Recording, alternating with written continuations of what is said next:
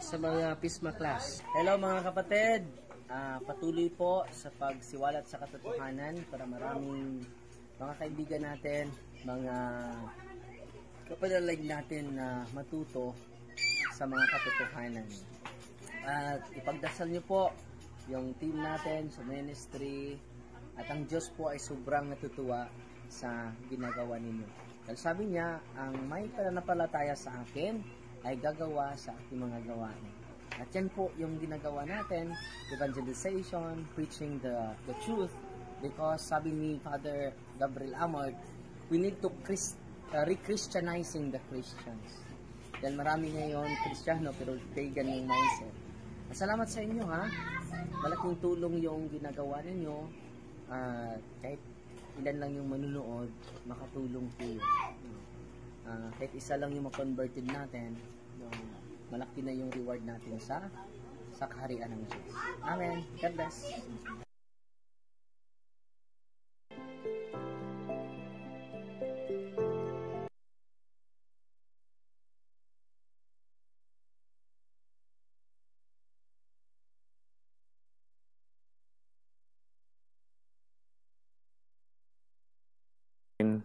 Sa ngalan ng Ama, ng Anak, at ng Espiritu Santo. Amen. Pagpalain kami sa aming pagtitipon ngayon para sa pulong na ito. Gabayan mo ang aming isipan at puso upang kami ay magtrabaho para sa ikabubuti ng aming komunidad at tulungan ang lahat na iyong mga tao. Turuan mo kaming maging bukas palad sa aming pananaw, matapang sa harap ng kahirapan at matalino sa aming mga desisyon. Ama, pinupuri ka namin magpakailanman. Amen.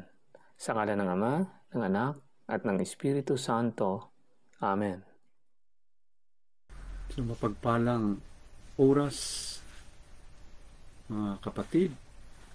Shalom, papuri sa Diyos sa lahat ng mga kasama ko pong Pisma, lahat ng mga nagsubaybay, tangkilik, nanalangin, sumusuporta sa ipinagkaloob ng Panginoong Diyos na channel Pisma Plus sa programang Pagnilayang Ebanghelyo sa Madaling Araw dyan sa Pilipinas. Sana po nasa mabuting kalagayan ang bawat isa kahit saan man tayo sulok ng mundo. At sa ating guide ay dalawa po ang Ebanghelyo sa araw na ito, araw ng Linggo.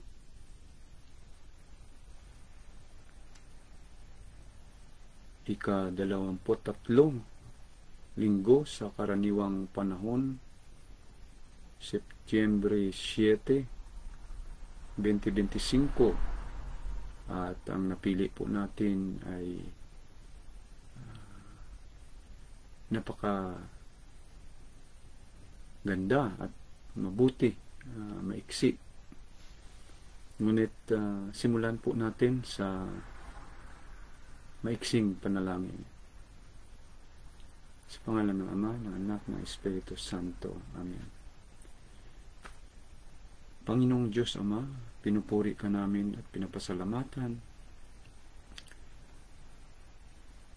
ng lahat ng aming nakamtang biyaya mula sa iyo, Panginoon. Salamat sa dagdag ng buhay na ibinigay mo po sa amin. Salamat sa pagbalik mo ng lakas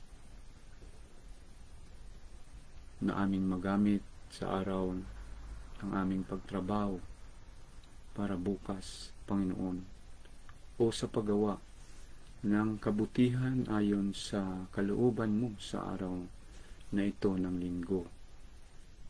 Salamat din po, Panginoon, sa tugon mo ng lahat po naming hinihiling. Kasama na po ang nagpapadasal sa amin. Sa iyo rin po namin binabalik ang papuri at salamat sa kababang loob na pinagkaloob mo sa mga nalampasan po naming pagsubok. Sa tulong mo, Panginoon, na kami po ay naging matatag sa aming pananalig at pananampalataya sa iyo. Sa iyo pa rin po namin binabalik ang papuri at pasalamat sa ibinigay mo pong mahabang pasyensya sa amin, sa aming trabaho, o sa aming mga kapatid na walang trabaho, ngunit pinigyan mo ng pag-asa na makahanap po sila, o Panginoon. Salamat sa proteksyon mo palagi sa lahat ng oras, lalo na po sa amin dito sa bansa mong banal. Panginoon, marami pa po kayong dapat pasalamatan sa iyo, lalo na po ang pagmamahal mong walang hanggang, awa at habag mo po sa amin. Salamat sa paggamit mo po sa amin sa maliit na bagay na bigay din po ng kapurian sa iyo, O Diyos. At sa oras na ito, Panginoon, kami po'y humihiling sa iyo na ipadala mo pong banal na Espiritu sa aming, sa bawat isa, para makapagnilay po kami ng maayos, may laman, at makatulong po sa aming kapwa ang makapakinig nito, na maging matatag din po ang kanilang kalooban at lalong lalapit po sa iyo lamang, O Panginoon. Tinataas din po namin ang aming sarili sa aming kahinaan, Panginoon. Ikaw na pong mag-puspos ng lakas, katatagan ng loob sa aming mga hinarap. Padala po ang banal na Espiritu na mag-guide po sa amin at magbigay ng kaalaman para aming mabanggit ang mga gusto mo pong ipahiwatig, isiwalat sa mga kapatiran po at kapwa, at sa aming pag-isip at puso ay ikaw lang pong sentro nito, at ang mamutawi sa aming mga bibig ay nagmula lahat sa iyo, Panginoon. Panginoon, itinataas din po namin ang lahat ng mga may pangangailangan, sa mga nagutom, sa nasalanta ng kalamidad, O Panginoon, sa lanta ng mga sakit sa loob at labas ng ospital. Ipuin mo po ng iyong mapagpagaling na kamay kasama na po ang aking ninang Ispi at Bro Fernan. Panginoon, kasama rin po ang aking ina. At kaming lahat pong may karamdaman, O Panginoon. Sa iyo rin po aming tinataas ang lahat ng mga kaluluwa, lalo na po ang aming mahal sa buhay at kaluluwa sa purgatorio. Patawarin mo na po sila, Panginoon, tulad ng pagpatawad mo po sa amin dito sa mundo. At dalhin mo na po sa iyong kaluwalhatian, Panginoon. At marami pa po kaming hingiin, lalo na sinasama po namin ang simbahang itinayo mo, Panginoon. Ang aming spiritual director, Reverend Father Darwin Gitgano, aming spiritual consultant, Father Junic Territorio, ang aming spiritual advisor, Sister Ruby Magno, Panginoon. Ang gampanan po nila sa simbahan, kasama na po ang Santo Papa Leo XIV, lahat ng obispo at kaparian, at sa naglilingkod po sa iyo, O Diyos. Kasama na po kami, Panginoon. Sa iyo po ang lahat ay sinisandal namin, O Diyos. Ang lahat pong ito ay sa pamagitan ng iyong bugtong na anak na si Jesucristo, na namumuhay at naghahari kasama mo at ng banal na Espiritu, isang Diyos sa kapanahunan, ngayon at magpasa walang hanggang. Amen. Mama Mary, ipanalangin mo po kami. San Jose, ipanalangin mo po kami. Lahat ng mga anghel at banal sa langit, ipanalangin mo po kami. Sa pangalan ng Ama, ng Anak, ng Espiritu Santo. Amen. Hallelujah, Hallelujah. Iyo, O Panginoon, ang kaharian, ikaw ang naghahari sa lahat. Hallelujah, Hallelujah.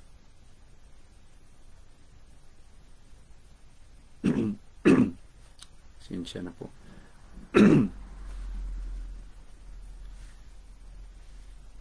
Ang mabuting balita ng Panginoon ayon kay San Mateo, Kabanata 8, talata 23 hanggang 27. Papuri sa iyo, Panginoon. Noong panahong iyon, sumakay si Jesus sa bangka kasama ang kanyang mga alagad. Bumugso sa lawa ang isang malakas na unos at halos matabunan ng mga alon ang bangka. Ngunit natutulog noon si Jesus. Kaya't nilapitan siya ng mga alagad at ginising. Panginoon, tulungan ninyo kami, sabi nila. Lulubog tayo. At sinabi niya sa kanila, ano't kayo'y natatakot? Napakaliit naman ng pananalig ninyo. Bumangon siya, sinaway ang hangin at ang dagat, at tumahimik ang mga ito. Namangha silang lahat, at ang sabi, anong tao ito? Kahit ang hangin at ang dagat ay tumatalima sa kanya. Ang mabuting balita ng Panginoon. Pinupuri ka namin, Panginoong Hesukristo. mapagpalang oras po ulit at medyo hindi mabuti ang ating karamdaman. Ngunit purihin ang Diyos na pinagbigyan tayo na makapag nilay sa umagang ito. Dahil po hindi tayo nakasama sa regular na schedule, dahil sa maaga pang nagpapahinga tayo, dahil may obligasyon tayo mamaya sa banal na misa, natulog tayo ng maaga. Ano po? So, alam po natin na sa araw na ito ay maraming may birthday. So, sa lahat ng nagdiriwang, pasalamatan natin ang Panginoon sa inyong mga buhay. No? At ipagkaloob ng Panginoong Diyos ang lahat ng minimithi po ninyo, lalo na po ang mabuting kalusugan at mapagpalang buhay sa inyo na nagdiriwang ngayon sa inyong kaarawan, at magiging mabuting tao, nagsusumikap na magiging banal at patuloy na magsilbi sa Panginoon, sa kanyang simbahan itinayo, at sa kapwa, na walang pinipili para sa kapurihan ng Diyos ang gagawin natin. So dako po tayo sa napili nating Ebanghelyo. Sa lawa naman tayo ng Galilea, matabang tubig. 2 bisis po tayong nakapunta roon na malakas ang hangin. Akala po natin na yung sa ocean lang yung malaking yung natural na dagat, no? Ito'y lawa. Akala ko po ay yung mga maliliit lang na alon, no? Hindi kagaya ng nasa dagat, dahil ako po'y lumaki sa malapit sa dagat. So makikita ko po, no, ang mga alon. Akala ko po yun lang. Dito sa lawa ay baka maliliit. O 2 beses tayo naka-experience at nakita na pariyo, no? Ka mga lalaki ang mga alon sa dagat na normal, at saka sa lawa ng Galilea, no? Na napakalakas ng alon din. Makita mo pagka nandoon na siya sa tabi, ay talaga, nilampaso yung mga bato. Tama po ang nasusulat. So sa panahon na yun, nakatulog ating Panginoon sa bangka na sinasakyan po nila kasama ang mga alagad. So natakot po sila, no? Sa panahon na yun na bumugso ang malakas na hangin, no? At ang panahon, at ginising po nila ang ating Panginoon. Sabi ng Panginoon ay, bakit natakot kayo? Maliit na pananalig. Po.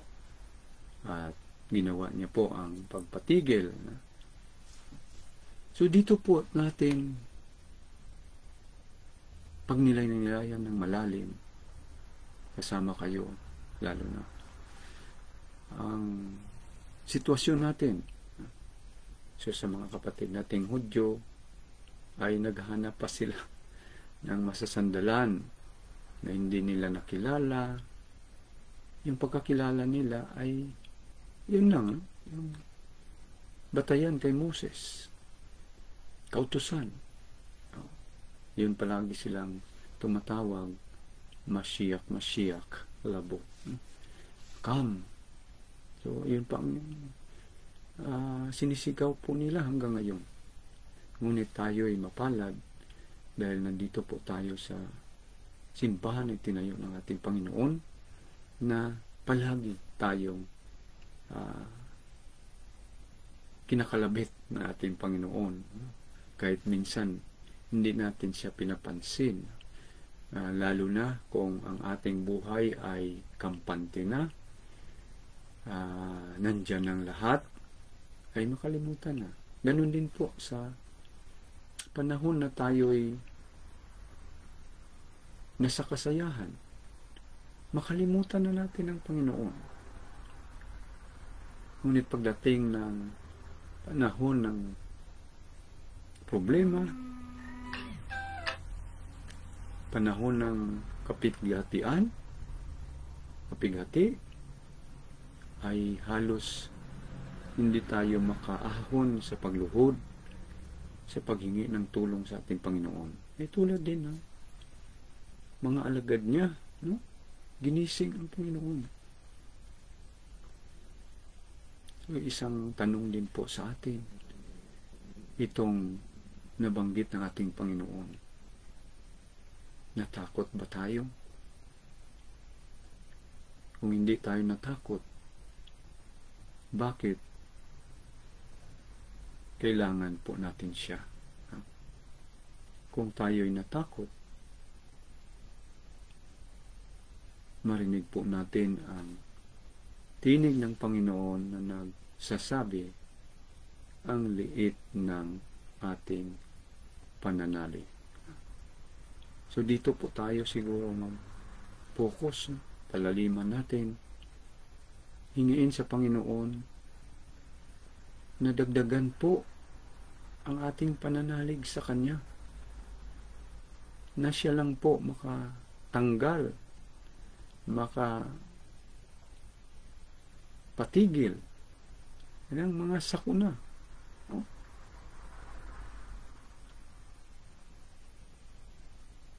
So yun po ang mahalagang bagay na lalakas po ang ating spiritual na aspeto ng buhay.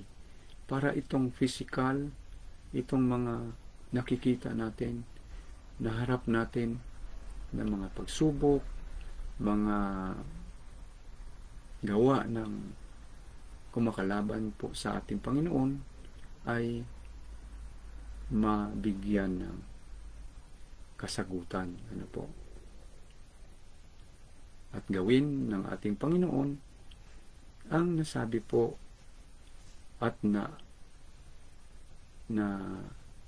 witness ng kanyang alagad. No? Anong sabi? Anong tao ito?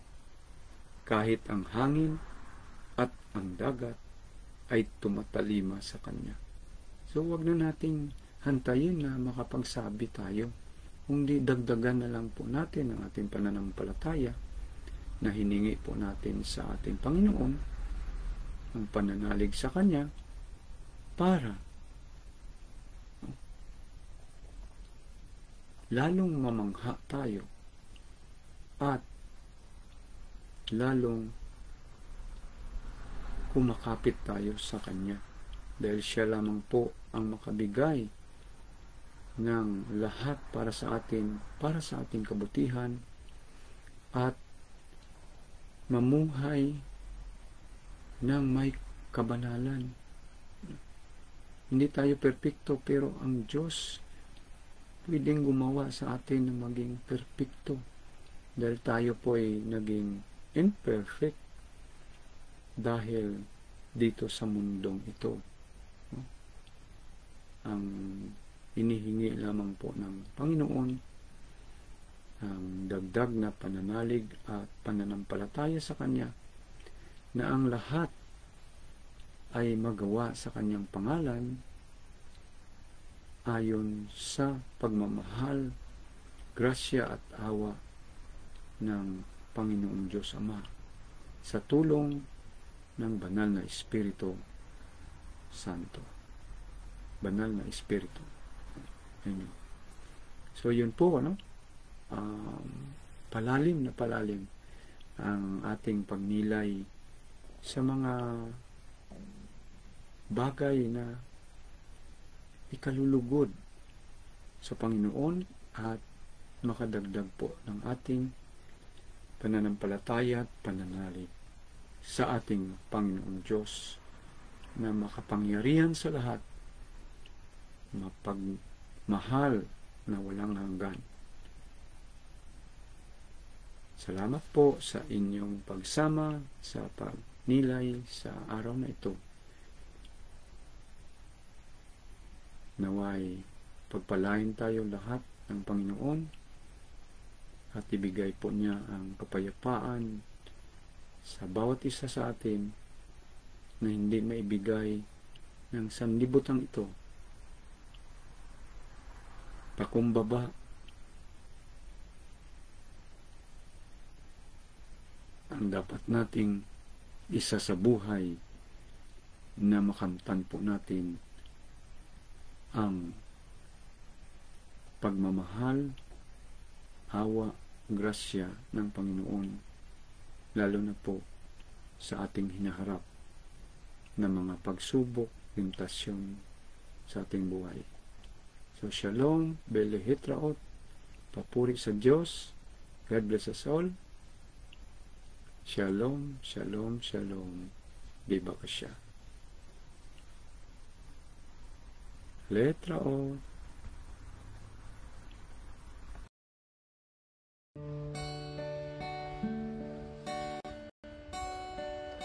Lumapit ka,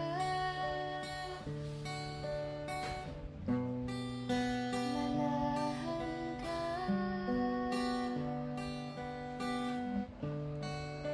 halina sa aking piling, tinatawagan ka, banal mong presensya, Espiritu, banal manahan ka, Espiritu, banal lumapit ka. Prayer for the indwelling of the Holy Spirit. In the name of the Father, and of the Son, and of the Holy Spirit. Amen. Holy Spirit, powerful consoler, sacred bond of the Father and the Son, hope of the afflicted, descend into my heart and establish in it your loving dominion. Enkindle in my tepid soul the fire of your love, so that I may be wholly subject to you. We believe that when you dwell in us, you also prepare a dwelling for the Father and the Son. Deign, therefore, to come to me, consoler of the abandoned souls and protector of the needy. Help the afflicted, strengthen the weak, and support the wavering. Come and purify me. Let no evil desire take possession of me. You love the humble and resist the proud. Come to me, glory of the living and hope of the dying. Lead me by your grace, that I may always be pleasing to you. Amen. In the name of the Father, and of the Son, and of the Holy Spirit. Amen. Espiritu, banal manahan ka, Espiritu, banal lumapit ka, tinatawagan ka, banal mong presensya, Espiritu, banal manahan ka, Espiritu.